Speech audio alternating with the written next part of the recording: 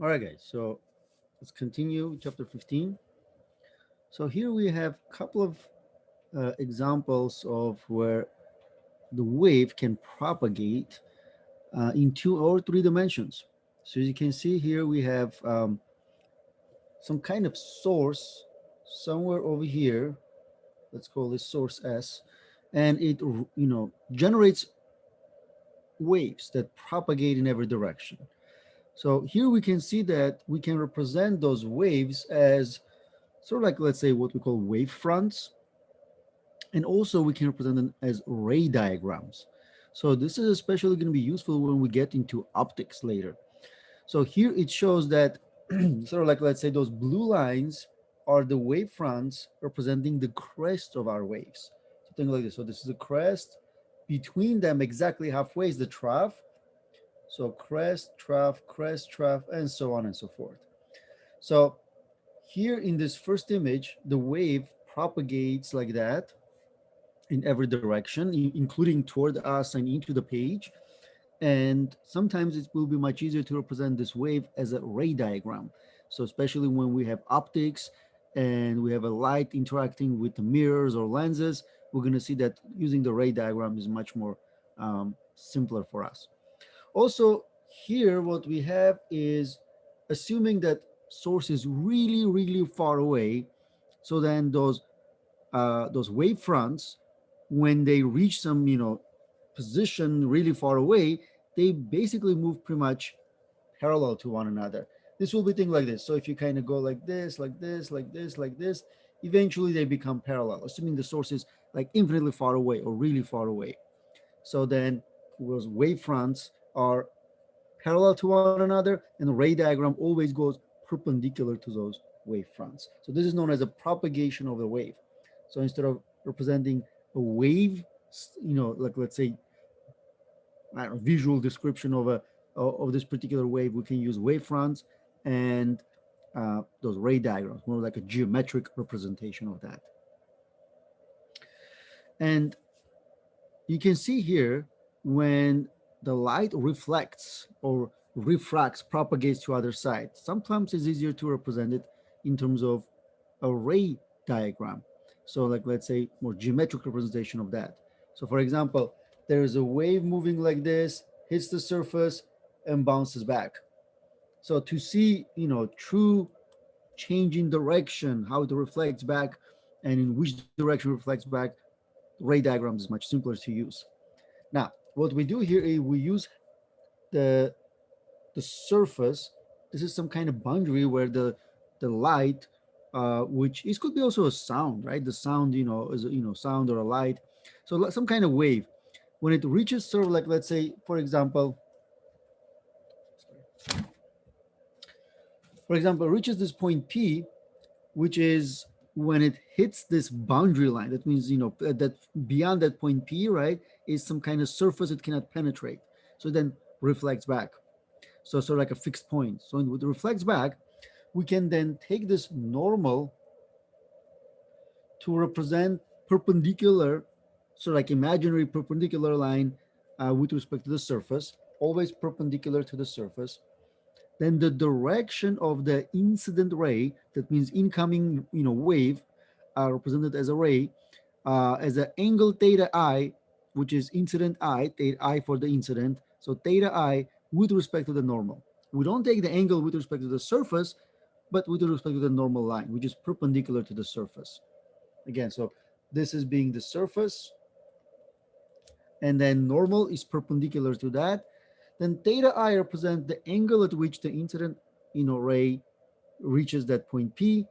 So then it reflects back, and when it reflects back, we can measure the reflected angle again with respect to the normal. So then what we will see here is, according to the law of reflection, those angles will always be the same. Theta R and theta I will always be the same. That means whenever the wave is reflecting, its angle of reflection always same as angle of incident. Okay, so this is going to be very useful, especially later on, but this is known as a law of reflection. All right, so Here's then the superposition principle. So the superposition principle of waves are presented state where those two waves are moving toward each other, or technically they can also be moving together, but at some point they overlap. So when they overlap, we get some kind of what we call interference. And it's a very specific to the waves term, interference. This interference is one way of understanding that when waves overlap, they pretty much behave differently than when two particles overlap. So think like this: you have two, I don't know, like a tennis ball moving toward each other. Well, what happens when they reach, basically kind of like reach toward each other, right, and then collide? Can they go through one another? Can they occupy the same space in time? Of course not. They're gonna then you know collide, apply force on one another, and then eventually bounce back. So this is one, this is two. So one and two collide. Then two is basically um, is because of some kind of action reaction forces between them, right? Is bounced off to the same direction it came from, and then same thing with the one. So that means they cannot go through one another. They cannot occupy same space in time. So they're gonna go move toward each other, collide, and bounce back. Well, waves don't do that. Waves, when you have two waves moving toward one another, either same amplitude or opposite amplitude, the instant when they overlap, they generate a new wave.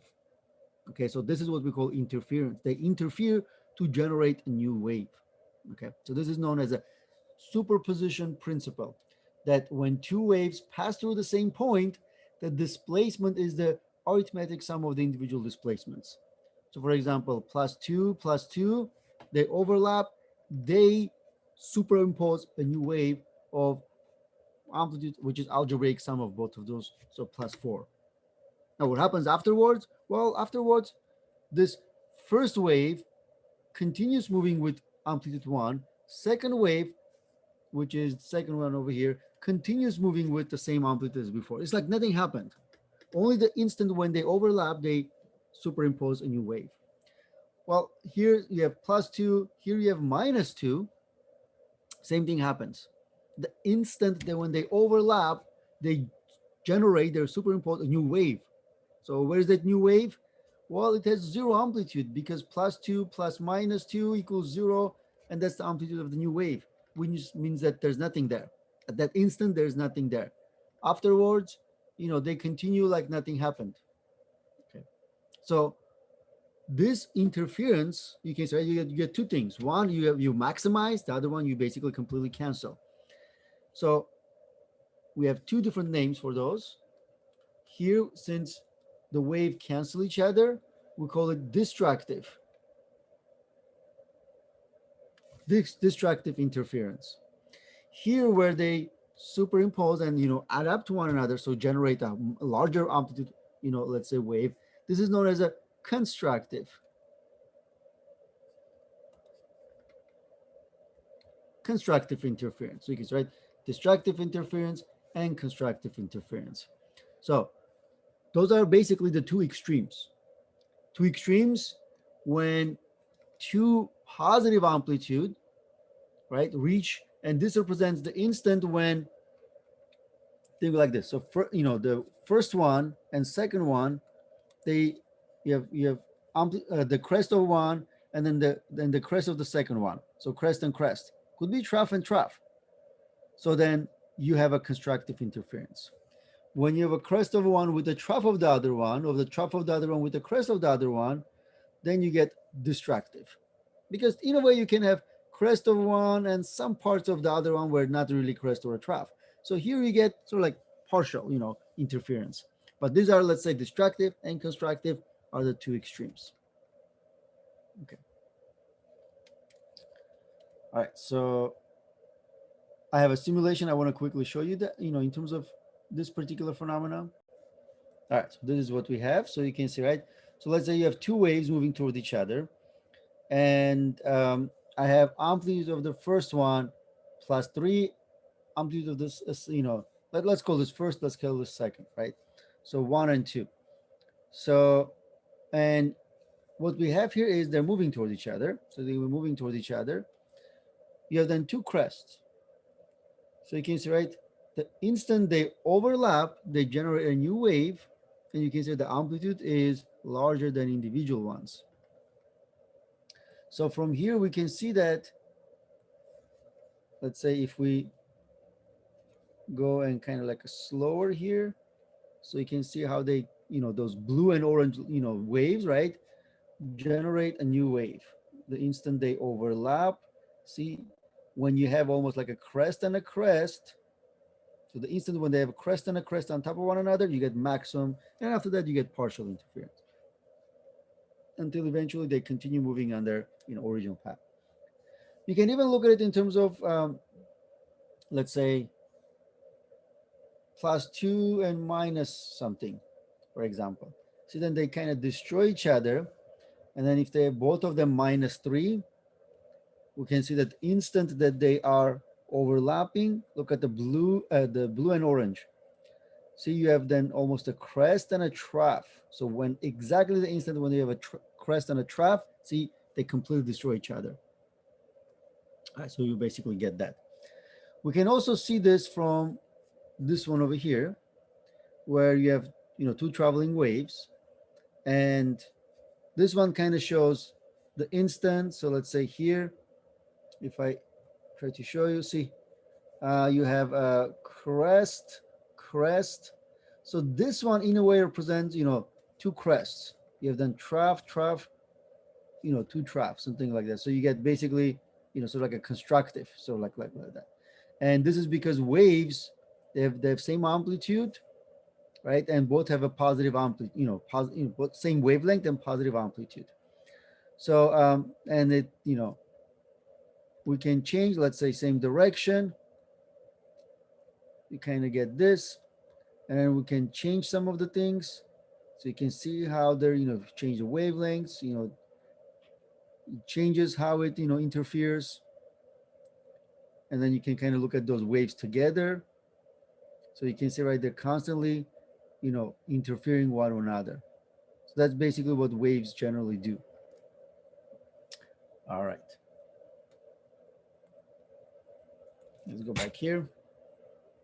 Okay. So again, so we have constructive interference, where two waves are overlapping such that crest and crest, trough and trough overlaps. So this is constructive interference. And then you have destructive interference, where they completely destroy each other, because you have a crest and a trough and a crest, something like that, where you have crest, trough. They always give you constructive interference. And this is somewhere in between, right? Partially, destructively, things like that. So you have crest of this one and the crest of that one overlap somewhere over there. So you get something, you can see, right? Lower amplitude, but not exactly completely destroying each other. But this superimposed is actually has a lower amplitude than individual waves, sort of. Okay, so then we can use this idea to see how waves on the string can generate what we call standing waves, okay, and resonances. So the standing wave is you take a string, you fix at one end, so at this end it is fixed. So we call it a node. And then we start oscillating. So start like, vibrating. So as you start oscillate, then you can create, sort of like a wave that goes, hits the boundary point, nowhere to go, it's a fixed point, so it reflects back. Okay, so now if you have some kind of specific frequency, then we call it like frequency 1. So you get that shape. You basically get one maximum point and two nodes. So technically, so let me use N for a node and A for the antinode. So you get basically one antinode or one segment. You start oscillating faster, that means higher frequency, then you get two antinodes. So two antinodes. So one antinode, another one antinode, and three nodes. So two antinodes and three nodes. And what we get here is you basically can continue oscillating, and faster and faster, right? That means higher frequency. As you increase frequency, you can see, right, 3 in a way represents the number of antinodes that I have. So that's why I have F1, one antinode, F2, two antinodes, F3, three antinodes. And every time higher frequency gives you more segments, right?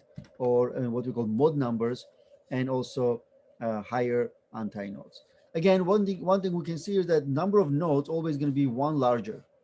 So this will be then in terms of um, n minus one for the, like, let's say number of antinodes is equals to number of, so number of nodes equals number of antinodes plus one. So always like that. All right. So then what we have here is, in terms of then this particular, let's say, example, what we get here is those are known as harmonics. So this first shape is known as a first harmonic. Second shape is known as a second harmonic, and then the third harmonic, and so on and so forth. So we're going to see that in a little bit. But the idea is that nodes are points where the string is not oscillating. You get a destructive interference there because you have two waves, right? One going to the right, the other one going to the left.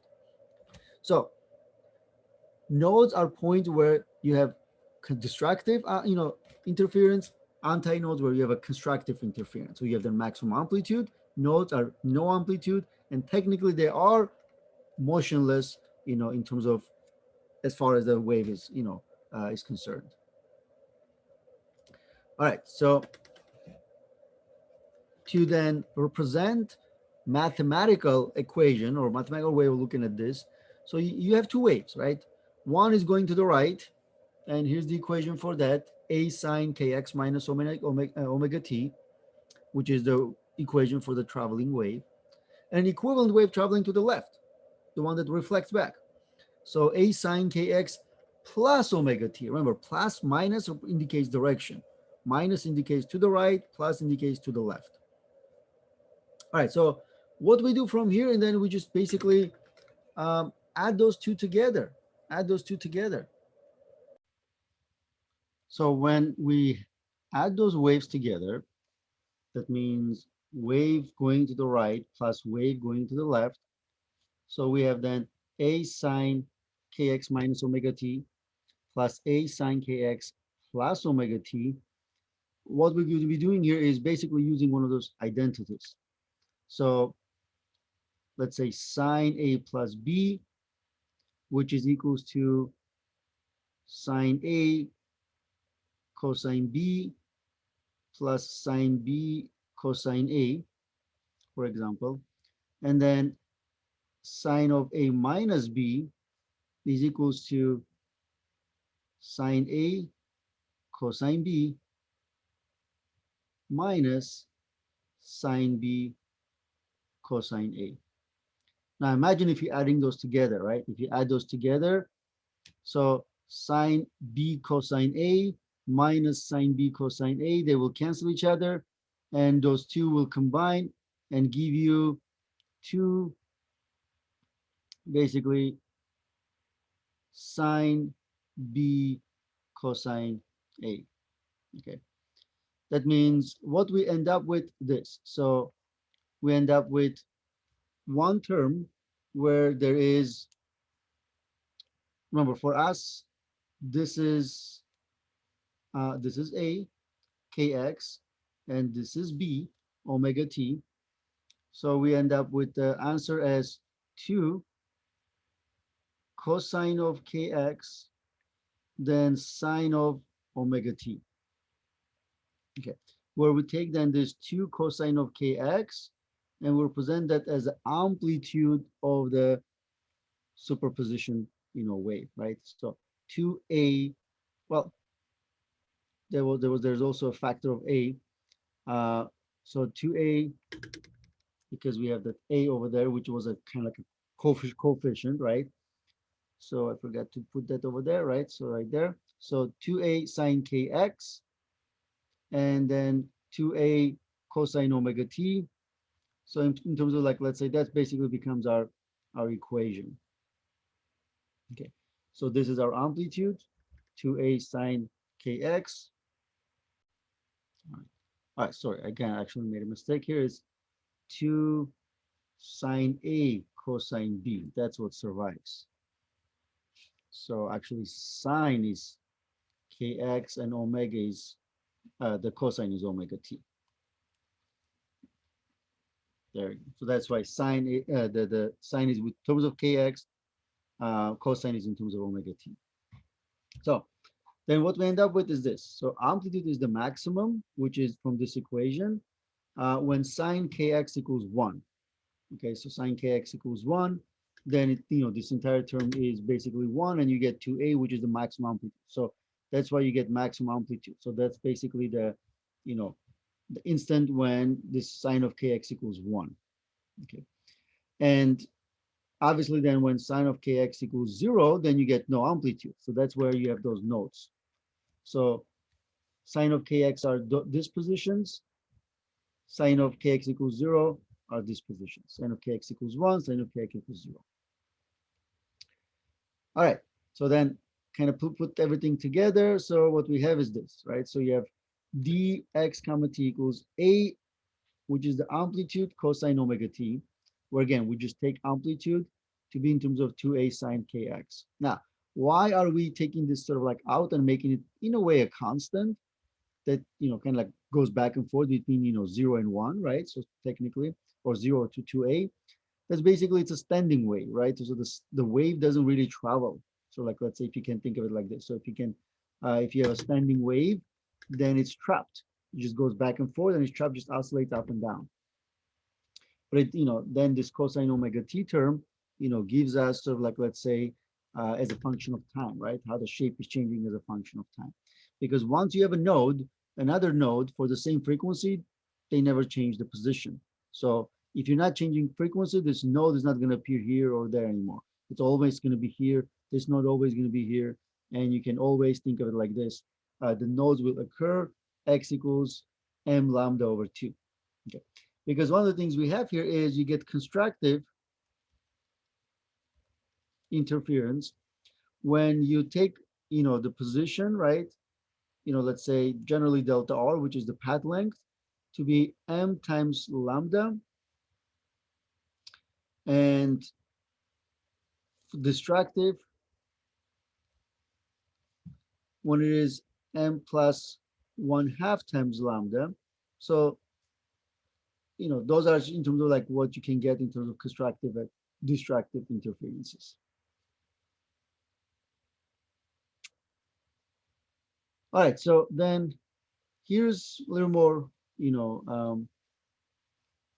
closer look at the standing waves on a string. So we're gonna, that was kind of like a general for standing waves.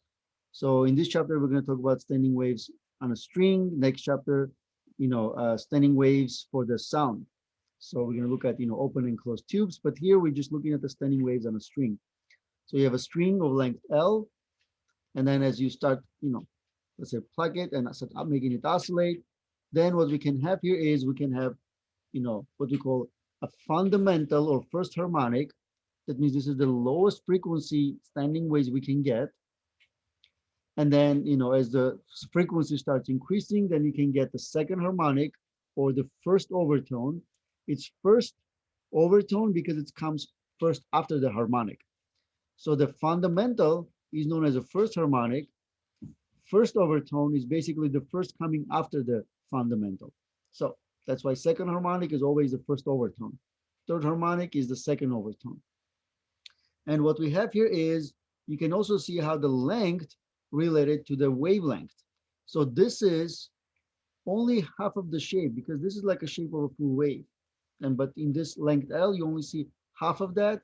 So then L is equals to 1/2 the wavelength. Generally, the equation is this. So wavelength, in terms of n representing what we call sort of like a mode number, and representing sort of like, let's say, antinodes or the segments. So lambda n is equals to 2L over n. That's the equation for the wavelength.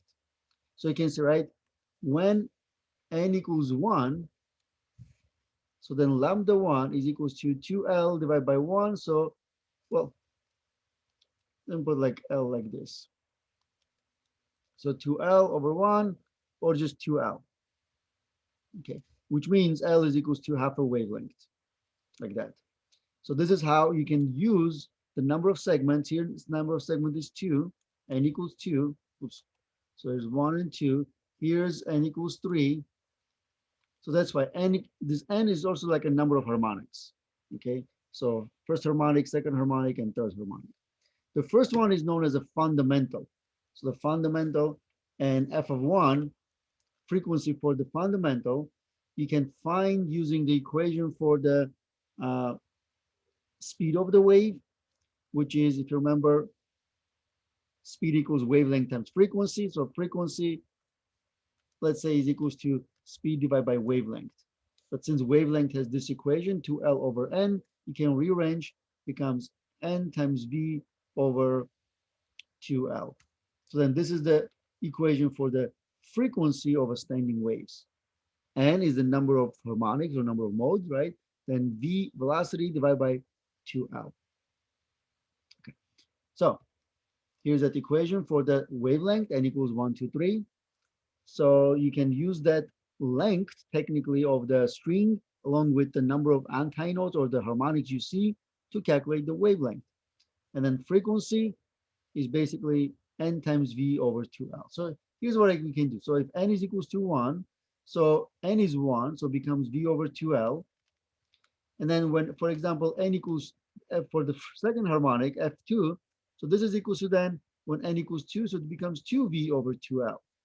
When F equals 3, becomes 3V over 2L. But if I separate this V over 2L, V over 2L, I can see that V over 2L is just first harmonic or the fundamental. That means F of N is equals to then, just like here, this becomes 2 times F1, this becomes 3 times F1. So F of N equals N times F of 1, which is once you have harmonic, your first harmonic frequency, second is double. The third one is triple the first harmonic frequencies. All right, so let's look at a few examples. So figure below shows a standing wave on a 2-meter long string that has been fixed at both ends and tightened until the wave speed is 40 meters per second. What is the frequency for the standing wave you see in the figure? Well, we're given that the length is 2 meters and then the speed is 40 meters per second. Now, how do we find the frequency? Well, I know that frequency is equals to NV over 2L. So we have V, we have L. The next we just find N, and we can say, right, it's 1, 2, 3, 4, 5. So N is equals to 5. So then I can say F of 5 is equals to 5 times V over 2L. So it's 5 times 40 meters per second divided by 2 times 2 meters. And I can basically calculate for this particular frequency. Right, in this case, we get 50 hertz.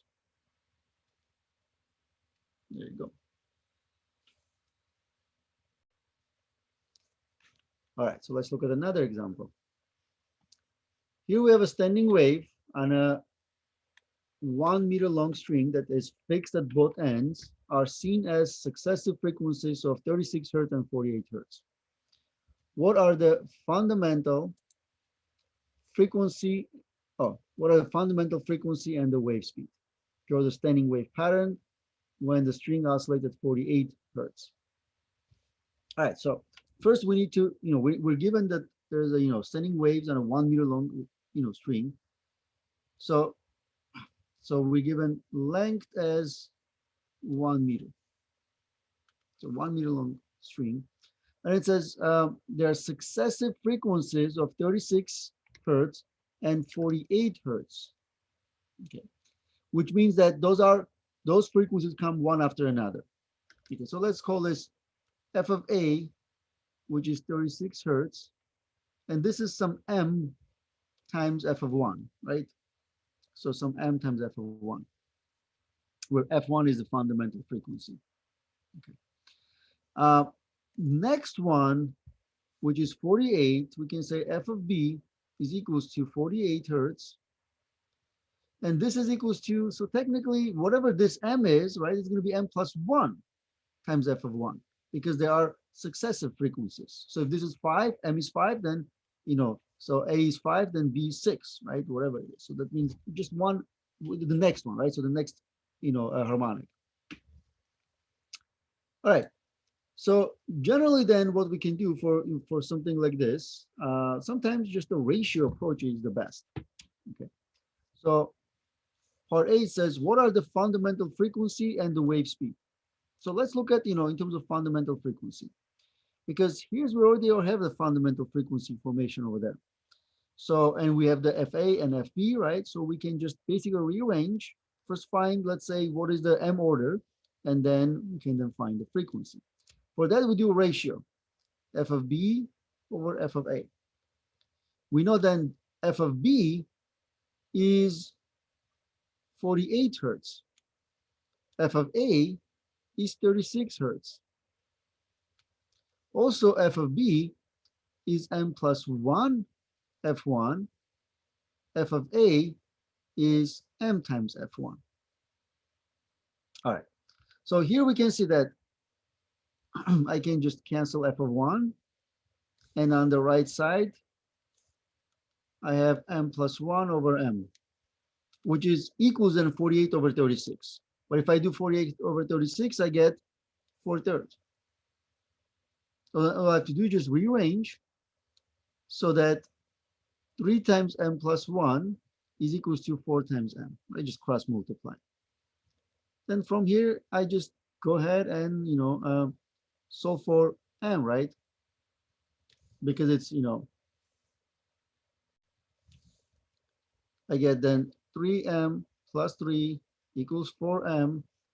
Then move the, 3M to the other side. So then I end up M equals 3. That means when I have 36 hertz, that's when I have my third harmonic, M equals 3. All right, now that I have this, then I can say that F3 is equals to 3 times F1, or I can say then, since this becomes an F4, right? F4 is equals to 4 times F1, and use either one of them to solve for F1. So F1 is equals to, for example, F3 over 3. F3 was 36 hertz divided by 3. So I get 12 hertz. So that's my fundamental frequency. Then to get the wave's speed, then I can just use this, right? F of 1 is equals to V over 2L. That means V is equals to 2L times F. You can just get it from here as well, right? So speed is equals to 2 times 1 meter times 12 hertz, which is 1 per second, right? So then what we get here is 2 times 1 times 12, so 24 meters per second. Right, so that's the, second part of part A. Then it says draw the standing wave pattern when the string oscillates at 48 hertz. Well, I know that 48 hertz, then my M here is equals to 4, right? So that's equals to 4, because remember, M is equals to 3, and at 48 is M plus 1, which is 4. So then what it means here is this. When I have M equals 4, I need to have 3 antinodes. 4 antinodes, because M is always the same number as antinodes. So that means, I'm going to have 5 nodes. Then there's going to be 1 node, second one, third one, fourth one, and fifth one. Then I need to have a shape like this, right? That means, 5 shapes. Oh, sorry, four segments, right? And 5 nodes. So just kind of like easier to just do this one like this. All right, so that's basically my, where this is the length L, right? And this is the length of one wave. Like that. All right, so that's basically this problem over here. Here's another one. You have a 75-gram bungee cord has an equilibrium length of 1.2 meters. The cord is stretched to a length of 1.8 meters, then vibrated at 20 hertz. This produces standing waves with 2 antinodes. What is the string constant of the bungee cord? All right. So let's see what I have. So in terms of kind of see the visual, presentation of this example is this. So you have a bungee cord, which is 1.2 meter long, 75 grams, and then is stretched to a length of 1.8 meters. That means it is stretched by additional 0.6 meters. So then the total length is 1.8, and then vibrate at 20 hertz. Okay. So you can see, right, in order for us to stretch it, we have to apply some kind of tension force, which is going to be exactly equals to the spring restoring force, which is K times delta L, right? So all of those things are actually going to be important when we calculating this. So when we're stretching, right, then basically we know that the tension is responsible for, or, allows us to then uh, relate the speed of the wave to the linear mass density. Okay, now what we're given here is in terms of the length 1.2 meters, but then it is stretched to 1.8 meters and produces standing wave to two antinodes. That means two antinodes, n equals 2. Okay. And since n equals 2, and for us, then the length is equals to 1.8 meters, then I can find the wavelength. Remember, lambda n is equals to 2n over 2L over n, 2L over n. So lambda 2, since n is equals to 2, is equals to 2L divided by 2. 2's cancel, then lambda is equal to the L. That means wavelength is same as my length. Okay. Then we are told that it vibrates at 20 hertz. Okay, it vibrates at 20 hertz. Now, the question is, remember, it's asking, where's the spring constant of the bungee cord? Now, how do we find spring constant? Well, as I said, right, this tension related to the K delta L. That means T minus F spring is equals to 0, because you hold, you stretch it and then you holding and then just vibrating. That means you're maintaining that, stretch distance. That means T minus F of S equals 0. That means T is equals to F of S. And F of S is K times delta L. Well, which means K is equals to tension divided by delta L. Well, I have delta L is 0.6, but then I don't have the tension. Well, that's what I need, to find a wavelength, and I have then the frequency, because I know there's equation speed is equal to square root of, so technically think like this. So this is f of t, let me put it like that, f of t, the tension force. That's the notation we use. So the speed is equals to f of t divided by mu. Okay, so that's why we're given the mass of the cord as well. Because from here, if I square both sides, then v squared is equals to f of t over mu, or f of t is equals to mu times v squared. All right, so mu is mass per length. It's mass per length. And v is, well, frequency times wavelength. So you can see, right? That's why what I have here is I can just, for f of t, put it this over here. So it's going to be m over L, then times frequency times wavelength. And I just said wavelength is L. So like that, right? That means I can just calculate this, plug in all the values, right? So, in terms of making sure that I am, let's say calculating all the values in terms of converted to meters, converted to kilograms, right? But once I plug in those values, I should get 90 newtons per meters. Okay. So 0.075 and 1.5, right? All of those things, and then plug in and calculate this, and this is what we'll get: 90 newtons per meters. All right, so one of the things we have here in the last few slides is just some more like a optional slides, because we're going to be covering this in greater details later on when we cover optics. So in this slide, what we have here is what happens when the light actually is propagating into another medium. So let's say what we have here is medium one, and water, let's say, is medium two. Let's say light goes from air to water. So here we have incident light represented as a ray hits this point P, but point P is actually such a boundary line that allows light to, light or sound to propagate to the other side. But when the light goes to the other side, two things happen. Taking V1 to be velocity of the sound in medium one, V2 to be velocity of the, let's say, wave in medium two, velocity of wave in medium one, velocity of wave in medium two. Theta I is the incident, so we can call this technically theta one. This is, let's call this theta two, which is the angle that the wave makes with the in medium two.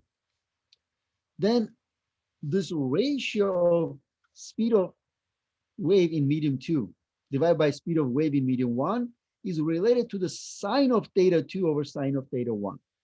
This is actually known as a Snell's law. So we'll talk about that in much greater detail later on. So this is known as a Snell's law, and it represents that because wave gonna have a smaller angle, you can see, right? A smaller angle, theta two, well, then V2 will also change. V2, generally, if it goes from less dense into more dense, then velocity will decrease. That means when every time the wave goes, let's say from one medium to another, it can actually change. Well, let me put this like this. So it's not necessarily always going to decrease. So it's going to change. Let me put it like this. It's not going to be equal to one another. Okay. Because to say that the speed of wave will decrease would be wrong, because, for example, for light, it does decrease. For sound, it actually increases. Sound travels faster in water than in air because much more dense molecules. Remember, for the sound, the molecules, right, they are the energy carriers, and they're much more density, more molecules. So it's actually moving faster, and it's actually moving about 4 times faster in water, 3 to 4 times faster in water. So that's why then, in a way, one of the things we have here is there is this equation that gives us how the sound or air or the sound, the light, or any type of other wave will change its speed and its direction when it goes from one medium to another, depending on the density of those materials. So this is known as a law of refraction. You can write, it works both ways. A wave going from a slower medium to a faster one would follow the red line in the other direction. So that means you can go from slower medium to the faster one, or from faster medium to the slower one. That means either way, you can kind of like look at it in terms of what happens. Okay. And the last thing, kind of what we have here, is what we call diffraction. And again, this is something that related to the wave. When you can see, right, here's the wave, let's say, moving in this direction, and there's some kind of barrier, right? And you can see, right, there's sort of like this shadow effect. That's what we call a diffraction, right? So whenever they encounter some kind of obstacle. So that's why, let's say, when you have some kind of I don't know, column or something like that, you see behind it there's like a shadow, right? Because the light cannot propagate through the column, right? So then the obstacle, so then you get sort of like, let's say, absence of a wave, right, over there, a little bit of the wave effect. So this is known as a diffraction. Okay. And the idea is that the amount of diffraction depends on the size of the obstacle compared to the wavelength. Okay. So the obstacle is much smaller than the wavelength. The wave is barely affected. So you can see, right? So here those obstacles are small, so then it seems like barely affected. But then when the obstacle is large, it is basic compared to the wavelength. So see, this is the wavelength, and this is the obstacle. So this is the wavelength, this is the obstacle. When the obstacle is small compared to the wavelength, very little effect. But when the obstacle is large compared to the wavelength, then it's much greater effect, diffraction effect. Wait, see, this is diffraction effect compared here and in another slide. All right, so that's it for this chapter.